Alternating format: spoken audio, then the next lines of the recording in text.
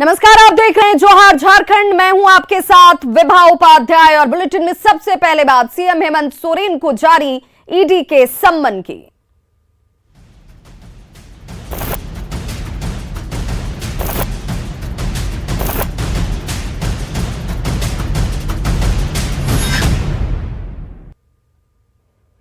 तो मुख्यमंत्री हेमंत सोरेन का क्या होगा, ये सवाल आज झारखंड के साथ पूरे देश में राजनीतिक हलके में सबकी जुबान पर है। अवैध माइनिंग और मनी लॉन्ड्रिंग मामले में केंद्रीय जांच एजेंसी ईडी ने पूछताछ के लिए मुख्यमंत्री हेमंत सोरेन को सम्मन जारी किया है, लेकिन सीएम हेमंत सोरेन आज ईडी के सामने पूछताछ के लिए हाजिर नहीं होने वाले हैं, बल्कि अपने पहले से तयशुदा कार्यक्रम के तहत रायपुर जाएंगे, जहां वो अंतर्राष्ट्रीय आदिवासी नृत्य महोत्सव में शामिल होंगे।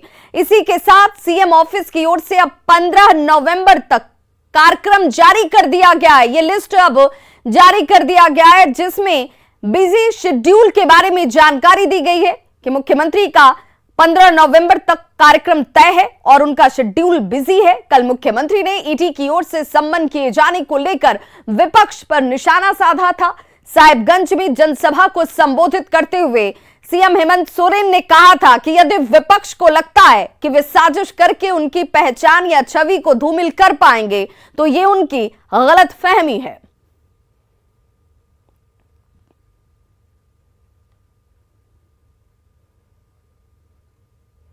तो झारखंड की सियासत इस वक्त कितनी ज्यादा गर्म हो चुकी है, इस सम्मन के साथ ही इसका अंदाजा आप इस बात से लगा सकते हैं कि राज्य के मुख्यमंत्री आवास पर कल आयोजित यूपीए की बैठक में ईडी के सम्मन का मुद्दा ही छाया रहा।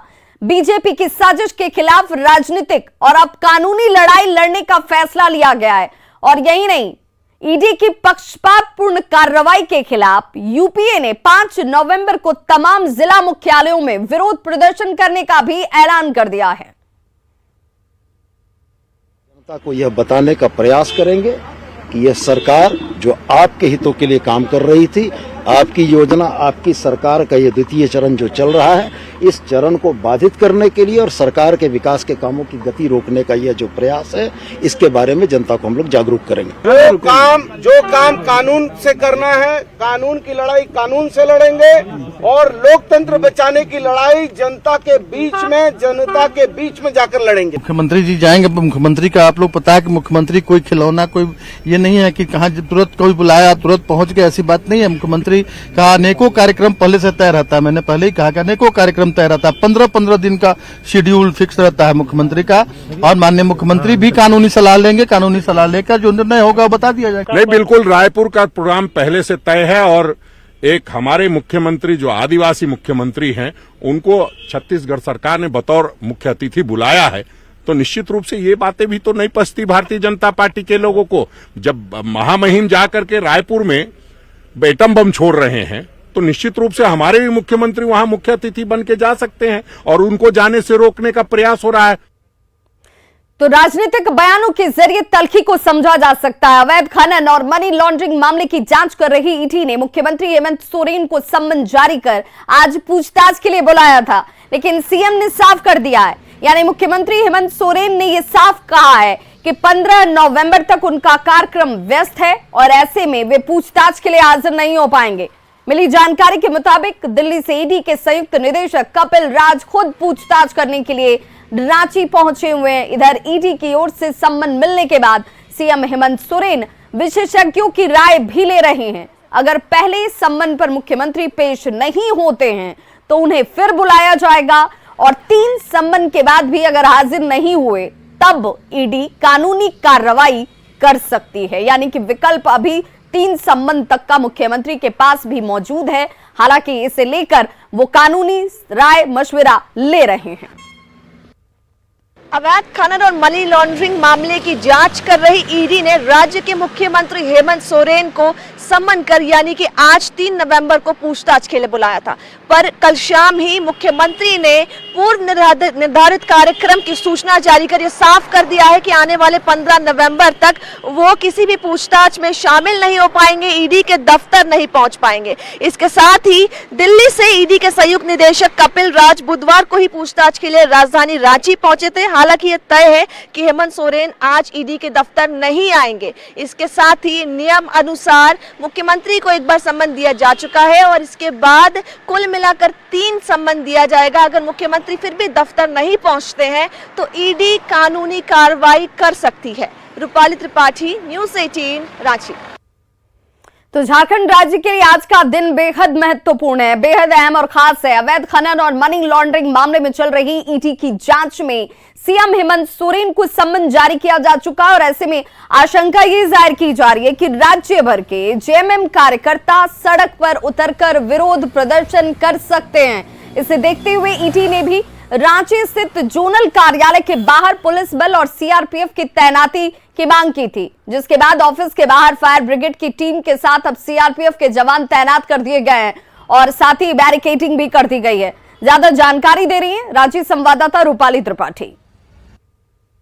झारखंड के लिए आज बहुत ही अहम दिन है, जहां चल रहे अवैध खनन मामले और मनी लॉन्ड्रिंग में ईडी जांच कर रही है। वहीं आज इसी बीच मुख्यमंत्री हेमंत सोरेन को ईडी पूछताछ के लिए बुलाती है और इस वक्त हम ठीक ईडी दफ्तर के बाहर है, जहां पर ये आशंकाएं हैं कि आज पार्टी के कार्यकर्ता विरोध प्रदर्शन करेंगे। इसको लेकर ईडी ने सुरक्षा बल की मांग की थी, पत्र लिखकर पुलिस मुख्यालय में सीआरपीएफ और पुलिस बल की मांग की थी, जिसको लेकर आज सामने आप देखेंगे दमकल विभाग की तैनाती कर दी गई है, साथ ही बैरिकेडिंग्स लगा दिए गए हैं। उसके साथ ही सीआरपीएफ को आज ईडी दफ्तर के बाहर उतार दिया गया है। सामने एक सीआरपीएफ की बस लगी हुई है, जहां पर जितने भी जवान हैं उन्हें तैनात कर दिया गया है। आज पूरी संभावनाएं हैं कि ईडी दफ्तर के बाहर जितने भी पार्टी कार्यकर्ता है वो मुख्यमंत्री के लिए यहां पहुंचेंगे और विरोध प्रदर्शन करेंगे। तो इससे निपटने के लिए ईडी ने पहले से ही अपनी पुलिस बल की तैनाती कर दी है। जो भी चीजें होती है उसको निपटने के लिए ईडी पूरी तरीके से तैयार दिख रही है। रूपाली त्रिपाठी, न्यूज़ 18, रांची।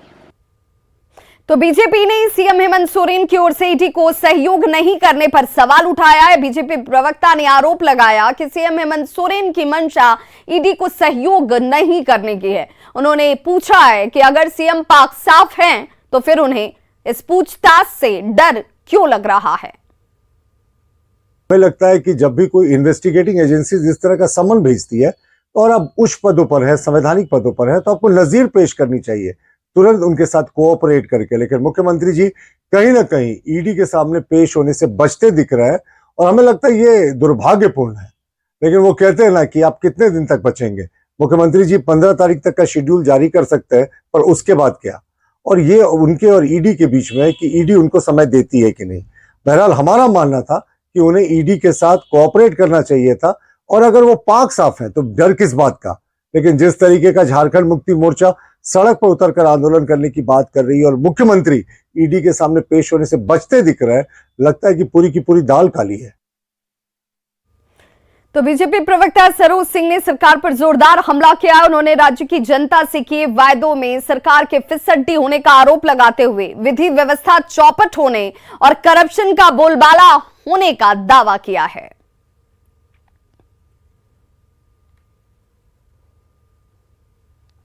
जनादेश के आड़ में भ्रष्टाचार को छिपाना चाहती है। बच्चा बच्चा जानता है ये सरकार अकंठ भ्रष्टाचार में डूबी हुई है और इसलिए जनादेश के आड़ में भ्रष्टाचार को छिपाने की कोशिश ये सरकार कर रही है। इस एक कहावत आप लोग सुने होंगे कि चोर मचाए शोर, तो इससे अधिक कुछ नहीं है ये। देखिए सरकार जो है, सरकार पूरी तरह से फेल रही है, सरकार लोगों के लिए कुछ कर नहीं पाई है। तो सरकार उससे ध्यान भटकाने के लिए कई तरह के जो है माया और जाल रचेगी, लेकिन जनता सब बेखूबी समझ रही है, उनके माया जाल में आने वाली नहीं है। तो इस वक्त सबसे बड़ा अगर कोई सवाल है और झारखंड की सियासत में जिस सवाल ने तहलका मचा रखा है वो ये कि मुख्यमंत्री हेमंत सोरेन का क्या होगा। सीएम ने हालांकि साफ कर दिया है कि वे ईडी के सामने हाजिर नहीं होने वाले हैं। बीजेपी इस पूरे मसले पर हमलावर है और पूछ रही है कि जब सीएम पाक साफ है तो फिर सवाल से इस पूछताछ से डर क्यों रहे हैं। ईडी के सम्मन के बाद सियासत इस वक्त सबसे ज्यादा गर्माती हुई नजर आती है और इस पूरे मसले पर बातचीत करने के लिए हमारे साथ इस वक्त मौजूद है बीजेपी प्रवक्ता सरोज सिंह। सर, आपका बहुत बहुत स्वागत। जेएमएम प्रवक्ता तनुज खत्री हमारे साथ जुड़े हुए हैं। तनुज जी, आपका भी बहुत स्वागत। और साथ ही साथ ग्राउंड जीरो से हमारे सहयोगी भी हमारे साथ जुड़े हुए हैं। ओम प्रकाश सीएम ऑफिस से हमारे साथ इस वक्त सीधे तौर पर जुड़े हुए हैं, वही ईडी ऑफिस से हमारे साथ उनकी मौजूदगी, और अविनाश कुमार जो है हमारे साथ सीएम आवास से हमारे साथ, हालांकि अविनाश हमारे साथ जुड़े हुए हैं। अविनाश, चूंकि आप सीएम आवास पर शायद मौजूद हैं, जो जानकारी मुझे मिल रही है आप वहां पर मौजूद हैं। मुख्यमंत्री रायपुर जाने वाले हैं, सम्मन का जवाब देने के लिए या उस पूछताछ में शामिल होने वो नहीं जा रहे, उन्होंने साफ कर दिया है, इसलिए उस पर कोई सवाल ही नहीं उठता है। रायपुर कब जाने वाले, इस वक्त सीएम आवास के बाहर क्या कुछ हलचल आपको नजर आती है? देखिए, जो इस वक्त पीछे अगर आप देखें, मैं इस वक्त सीएम आवास के ठीक बाहर खड़ा हूं और यहाँ फिलहाल जो अन्य दिनों की तरह अगर हम बात करें तो बहुत ज़्यादा कहीं कोई हलचल नहीं दिख रही है। बहुत ही शांतिपूर्ण तरीके से जो यहाँ कर्मी हैं उनके आने जाने का सिलसिला जारी है। दूसरी तरफ अगर आप बात करें तो कुछ पुलिस के जवान यहाँ भी जरूर तैनात हैं, क्योंकि जिस तरह से अगर हम ईडी ऑफिस के बाहर की बात करें, राजभवन के बाहर की बात करें, बाकी मोराबादी मैदान की बात करें, उसी हिसाब से यहाँ भी पुलिस की तैनाती की गई है। अब सवाल ये उठ रहा है कि जो रायपुर जाने की बात हो रही थी, जो रायपुर से भी हमें जानकारी मिल पा रही है, आज समापन समारोह है और समापन समारोह में मुख्य अतिथि के तौर पर हेमंत सोरेन शामिल होने वाले हैं। पहले ये कार्यक्रम 7 बजे का था, उसे रीशेड्यूल किया गया है, 1 घंटे पहले 6 बजे उसे निर्धारित किया गया है। मुख्यमंत्री का यहाँ रांची से जाने की जो बात कही जा रही थी वो दोपहर बाद की थी, लेकिन एक जानकारी अभी यह भी आ रही है कि हो सकता है कि उसमें भी कुछ फेरबदल हो। तो अब ये देखना होगा कि जब 11:30 बजेंगे घड़ी में, जब ईडी के दफ्तर जाने की बात पहले से तय मानी जा रही थी कि ईडी ने बुलावा भेजा है, तो क्या मुख्यमंत्री जाएंगे या नहीं जाएंगे। अगर मुख्यमंत्री का काफिला यहाँ से सही वक्त पर, अगर उसी वक्त पर निकलता है और उसी ईडी ऑफिस को पार करता हुआ एयरपोर्ट तक पहुँचता है, ये स्पष्ट है कि वो रायपुर ही जाएंगे, क्योंकि कल शाम को ही यूपीए की बैठक के बाद, चाहे वो जेएमएम के विधायकों की बात करें, कांग्रेस के विधायकों की बात करें, उन्होंने स्पष्ट कर दिया है कि मुख्यमंत्री रायपुर जाएंगे, न कि ईडी ऑफिस जाएंगे। दूसरी ओर मुख्यमंत्री रायपुर जाने वाले ईडी ऑफिस नहीं जाएंगे, और ईडी ऑफिस में किस तरह की स्थिति है, क्योंकि वहां पर बताया जा रहा है कि विरोध के मद्देनजर चाक चौबंद सुरक्षा इंतजाम कर दिए गए हैं, सीआरपीएफ की तैनाती कर दी गई है। ओम प्रकाश हमारे साथ जुड़े हुए हैं। ओम प्रकाश, जरा तस्वीरें दिखाइए इस ईडी ऑफिस की। हालांकि मुख्यमंत्री तो आज पहुंचेंगे नहीं, सवाल जवाब में वो शामिल होंगे नहीं, लेकिन सुरक्षा व्यवस्था चाक चौबंद यहाँ पर जरूर हो गई है। जी बिल्कुल, ईडी दफ्तर की अगर बात की जाए तो यहाँ पर सुरक्षा की चाक चौबंद व्यवस्था जरूर की गई है। झारखंड पुलिस मुख्यालय और सीआरपीएफ दोनों को पत्र लिखा गया था ईडी की दफ्तर से, और साफ तौर से ये इंडिकेशन थे कि जिस तरह से सम्मन भेजा गया है तो हो सकता है यहाँ पर कार्यकर्ताओं का प्रदर्शन हो और मुख्यमंत्री को आज हाजिर होना था। लेकिन जो जानकारियां सामने आ रही है उसके अनुसार शायद मुख्यमंत्री आज यहाँ पर नहीं पहुंचेंगे। लेकिन जिस तरह से घटनाक्रम हुए हैं, मुख्यमंत्री आज जब आवास से निकलेंगे तो जो सूचनाएं हैं उसके अनुसार मोराबादी मैदान में, जहां पर जेएमएम के कार्यकर्ता जो है एक साथ जुटने वाले हैं, वहां पर मुख्यमंत्री शामिल हो सकते हैं, कार्यकर्ताओं को संबोधित कर सकते हैं और फिर वहां से जो है वो ईडी के दफ्तर पहुंच मतलब एयरपोर्ट जा सकते हैं। तो रास्ते में एयरपोर्ट के जाते वक्त जो है ईडी का दफ्तर पहुंचेगा और हो सकता है जो आशंका जाहिर की जा रही है उस वक्त कार्यकर्ताओं का हुजूम भी उनके साथ हो सकता है। तो ऐसे में कहीं ईडी दफ्तर में कहीं हंगामा न हो जाए, उसे देखते हुए भी यहाँ पर सुरक्षा के पुख्ता इंतजामात जो हैं वो किए गए हैं। और देख सकते हैं कि न सिर्फ झारखंड पुलिस के जवान यहाँ पर मौजूद हैं, बल्कि सीआरपीएफ, जो कि अंदर की सिक्योरिटी पूरी तरह से अगर कही जाए तो सीआरपीएफ के जिम्मे है। वहीं पर झारखंड पुलिस को जो आउटर लेन है, खास तौर से अगर जो ईडी ऑफिस के बाहर का इलाका है उसकी सुरक्षा की जिम्मेवारी दी गई है। तो पूरी तरह से अगर कहा जाए तो यहाँ पर सुरक्षा के बिल्कुल, यानी कि एहतियाती तमाम वो कदम इस वक्त उठाए गए हैं जो अंदेशा जाहिर किया जा रहा है, उस अंदेशे के मद्देनजर। हालांकि मुख्यमंत्री जब यहाँ पर पहुंचेंगे नहीं, पूछताछ में शामिल होंगे नहीं, तो यहाँ पर कार्यकर्ताओं के विरोध को देखते हुए स्थिति खराब ना हो, इसके मद्देनजर ये सुरक्षा इंतजाम इस वक्त ईडी ऑफिस के बाहर आपको नजर आ रही है, जहां पर हमारे सहयोगी ओम प्रकाश मौजूद हैं। हमारे साथ 2 गेस्ट पैनलिस्ट भी जुड़े हुए हैं। तनुज खत्री जी जेएमएम प्रवक्ता है। तनुज जी, मेरा आपसे सबसे पहला सवाल यही कि संवैधानिक कार्य, संवैधानिक पद और संवैधानिक कार्यों में पूछताछ से आपत्ति क्यों, इस पर ऐतराज क्यों?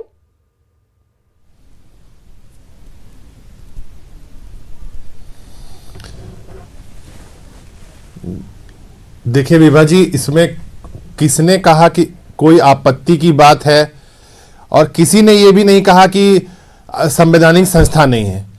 बात यह है कि किस तरीके से संवैधानिक संस्थाओं की, किस तरीके से केंद्रीय एजेंसियों की, किस तरीके से जो सेंट्रल पॉलिटिकल हाउसेस हैं उसका इस्तेमाल जो है लोकप्रिय सरकार को, लोकप्रिय मुख्यमंत्री को परेशान करने के लिए, अस्थिर करने के लिए किया जाता है।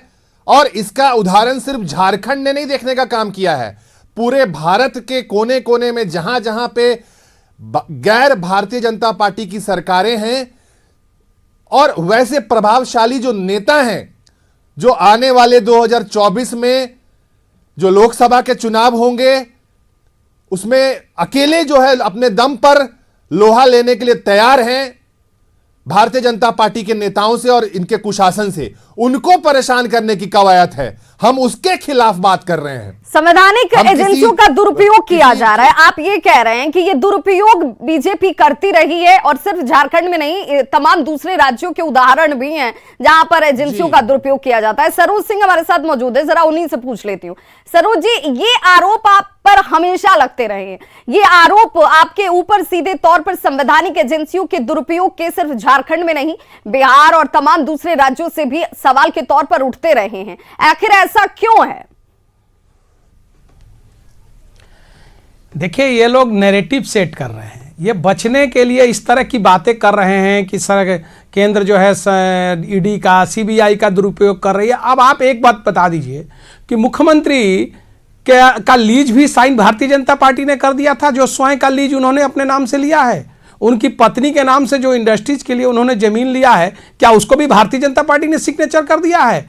हजारों करोड़ का एक जिले में अवैध माइनिंग के लिए जो है ईडी ने चार्जशीट फाइल किया है। इनके कई प्रतिनिधि, इनके लोग जो हैं सो आज जेल में हैं और कई सबूत मिले हैं, कई चीजें आ रही है सामने। क्या वो सब भारतीय जनता पार्टी ने कर दिया है? क्या इनके प्रतिनिधि के नाम से मुख्यमंत्री जी जो लीज किए हैं, क्या वो भी भारतीय जनता पार्टी ने सिग्नेचर कर दिया है? जनादेश के आड़ में जनता अगर किसी सरकार को मैंडेट दिया है और वो सरकार बैठी है, तो जनादेश के आड़ में क्या लूट की छूट मिल गई है? क्या किसी को अगर बहुमत मिल गया, या अगर केंद्र में भाजपा की ही सरकार है या कई राज्यों में भाजपा की सरकार है, तो लूट की छूट थोड़ी मिली हुई है किसी भी सरकार को, या अन्य किसी की भी सरकारें हो तो क्या ये सब भी भारतीय जनता पार्टी ने कर दिया? उनके नाम से भी लीज भारतीय जनता पार्टी ने लिख करके दे दिया, क्या सिग्नेचर वही कर दिया? अपनी करनी का फल भोग रहे हैं मुख्यमंत्री। और अब जब ईडी उन्हें बुलाया है तो दाएं बाएं कर रहे हैं। 15 तक शेड्यूल बना दिए, 10 को हाउस तो था नहीं, 10 को हाउस रख दिए। तो आप रीशेड्यूल 15 तक क्या 15 महीने तक रीशेड्यूल बना दीजिए कि भाई 15 महीने तक। तो 3 समन तक का ही है ना, उसके बाद तो ईडी भी स्वतंत्र है अपने तरीके से कार्रवाई करने के लिए, क्योंकि वो उसका विशेषाधिकार होगा। तनुज खत्री जी, जैसा खुद इस वक्त सरोज सिंह कह रहे हैं कि जो साक्ष्य मिल रहे हैं, जिन लोगों की गिरफ्तारियां हो रही हैं, जिन लोगों के बयान आ रहे हैं, उन्हीं आधार पर अगर ईडी को लगता है कि मुख्यमंत्री से सवाल जवाब किया जाना जरूरी है, तो फिर उस सवाल जवाब का हिस्सा बनकर ये मैसेज भी तो दिया जा सकता है कि ठीक है, अगर आप अनुचित कार्य नहीं कर रहे हैं, आपकी तरफ से जानबूझकर ये नहीं किया जा रहा है, तो मैं इसे सहर्ष से स्वीकार करता हूं, मैं इसका हिस्सा बनता हूं, पूछिए जो पूछना है। बिल्कुल बीबा जी, देखिए 2-3 चीजें हैं जो इन्होंने आरोप लगाने का काम किया। पहला तो माननीय मुख्यमंत्री हेमंत सोरेन जी का जो कार्यक्रम था, आपकी योजना, आपकी सरकार, आपके द्वार, इसका दूसरा चरण चल रहा है। पहला चरण जो है 22 अक्टूबर को उसका वो समापन हुआ उसका, और जो दूसरा चरण हुआ स्टार्ट 1 नवंबर से लेकर के 14 नवंबर तक। तो ये शेड्यूल पहले से बना हुआ था, और जहां तक अन्य जो शेड्यूल है वो भी पहले से तय थे दूसरे राज्यों के कार्यक्रम के मुताबिक। और जो दूसरी बात ये कह रहे हैं, ये समझ से परे है विभा जी। ये पूछने का काम कीजिए कि ये भारतीय जनता पार्टी के प्रवक्ता है कि ईडी के प्रवक्ता है। ईडी ने ये बताया, अरे अगर ईडी कुछ बताएगी तो ईडी प्रेस कॉन्फ्रेंस करेगी, वो निकाल के चीजें लाएंगी। आप कैसे ट्वीट कर देते हैं, आपको कैसे जानकारी हो जाती है पहले? ये सब इससे हमें पता चलता है कि किस तरीके से जो केंद्रीय एजेंसियां हैं वो इनके इशारों पर है, या यूं कहें कि ये उसको नियंत्रित करने का काम कर रहे हैं डरा धमका करके। वहां भी अच्छे अधिकारी होंगे, लेकिन मेरा एक सवाल है। आप भी इस बात को जानते हैं और समझते हैं कि सम्मन अगर किसी को भेजा जाता है तो बहुत स्वाभाविक है कि ये सम्मन अचानक ही किसी को मिलेगा। उसके व्यस्त कार्यक्रमों की लिस्ट उसके पास पहुंच जाए, ईडी के पास, वो जान जाए कि भाई आप कब फुर्सत में, और तब आपको सम्मन भेजा जाएगा और तब आप उसका हिस्सा बनेंगे। ऐसा अमूमन होता तो है नहीं, तो ये बहुत स्वाभाविक है। 15 नवंबर तक क्या मुख्यमंत्री अब सवाल जवाब में शामिल नहीं होंगे, आप ये कहना चाह रहे हैं, या 15 नवंबर के बाद वो वक्त उनके पास होगा और उसके बाद वो शामिल होंगे? देखिए, कोई खिलौना नहीं है, एक संवैधानिक पद पर बैठे हुए व्यक्ति हैं, जनता ने चुना है, राज्य के मुख्यमंत्री हैं, और कोई जब बुलाएगा तब उठ के चले जाएंगे ऐसा नहीं होता है। उसमें भी कानून की चीजें हैं, उसमें भी रियायतें हैं, उसमें भी जगह है, तो उसका जवाब दिया जाएगा जब जरूरत पड़ेगी, जब जवाब दिया जाएगा। मतलब क्या चल रहा है देश के अंदर में? जब जिसको मन होगा कोई बुला लेगा और उठ के चला जाएगा। अरे आज की जनता देख रही है, 3.5 करोड़ जनता का प्यार मिला है, और यही जनता ने आपको, भारतीय जनता पार्टी को खदेड़ने का काम किया। आप कीजिए जितना दमन करना है, बुलाइए, क्या कीजिएगा? सूली पे चढ़ा दीजिएगा, फांसी पे चढ़ा दीजिएगा?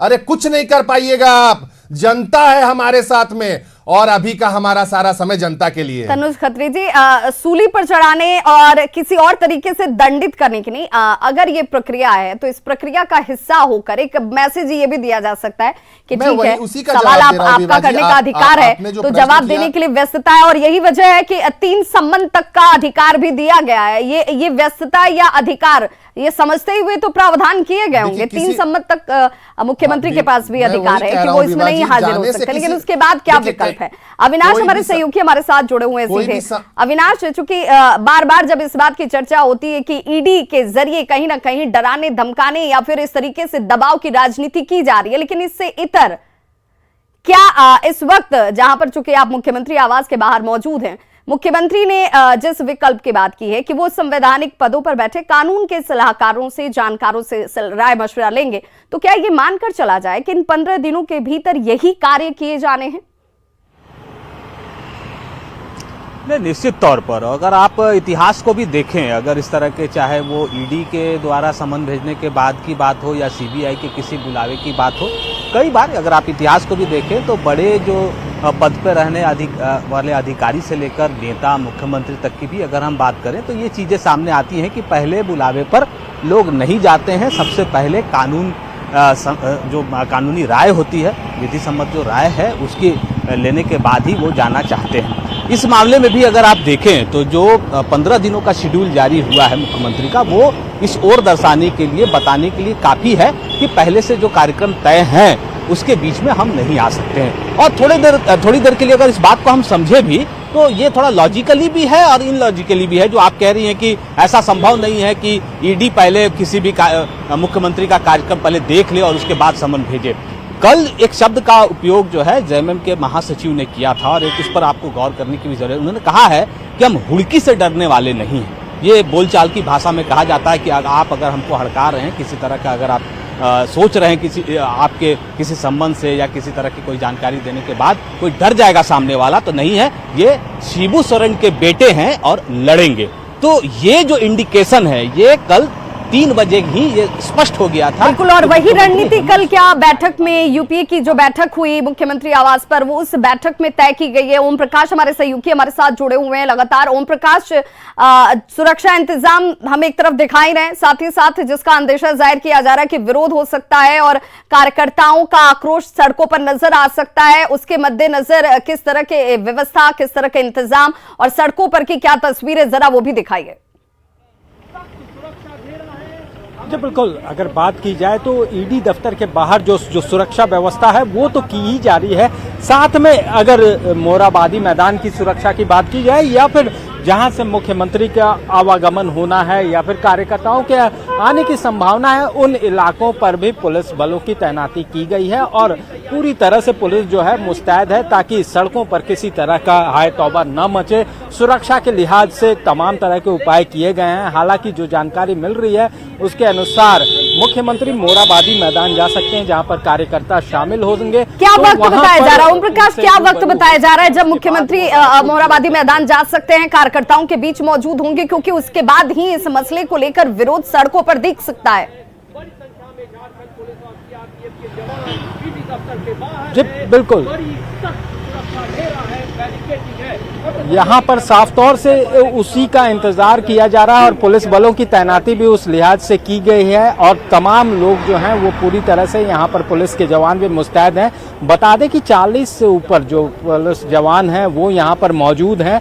साथ में सुरक्षा घेरे में इस वक्त ईडी ऑफिस साफ तौर पर नजर आ रही है और ग्राउंड जीरो पर हमारे सहयोगी मौजूद हैं। तमाम गेस्ट पैनलिस्ट जो हमारे साथ जुड़े हुए थे, आप सभी का बहुत बहुत शुक्रिया हमारे साथ इस चर्चा में जुड़ने के लिए। तो अब देखना होगा कि मुख्यमंत्री हेमंत सोरेन जब ईडी की पूछताछ में शामिल नहीं हो रहे हैं, लेकिन मोरहाबादी मैदान में कार्यकर्ताओं के बीच उनकी मौजूदगी जरूर होगी, तो किस तरह की तस्वीरें और सियासी गर्माहट तपिश महसूस की जाती है। बहुत बहुत शुक्रिया। इस बुलेटिन में बस इतना ही। खबरों का सिलसिला लगातार जारी है। अब बने रहिए न्यूज़ 18 बिहार झारखंड के साथ। और झारखंड में न्यूज़ 18 का बजा डंका, प्रदेश की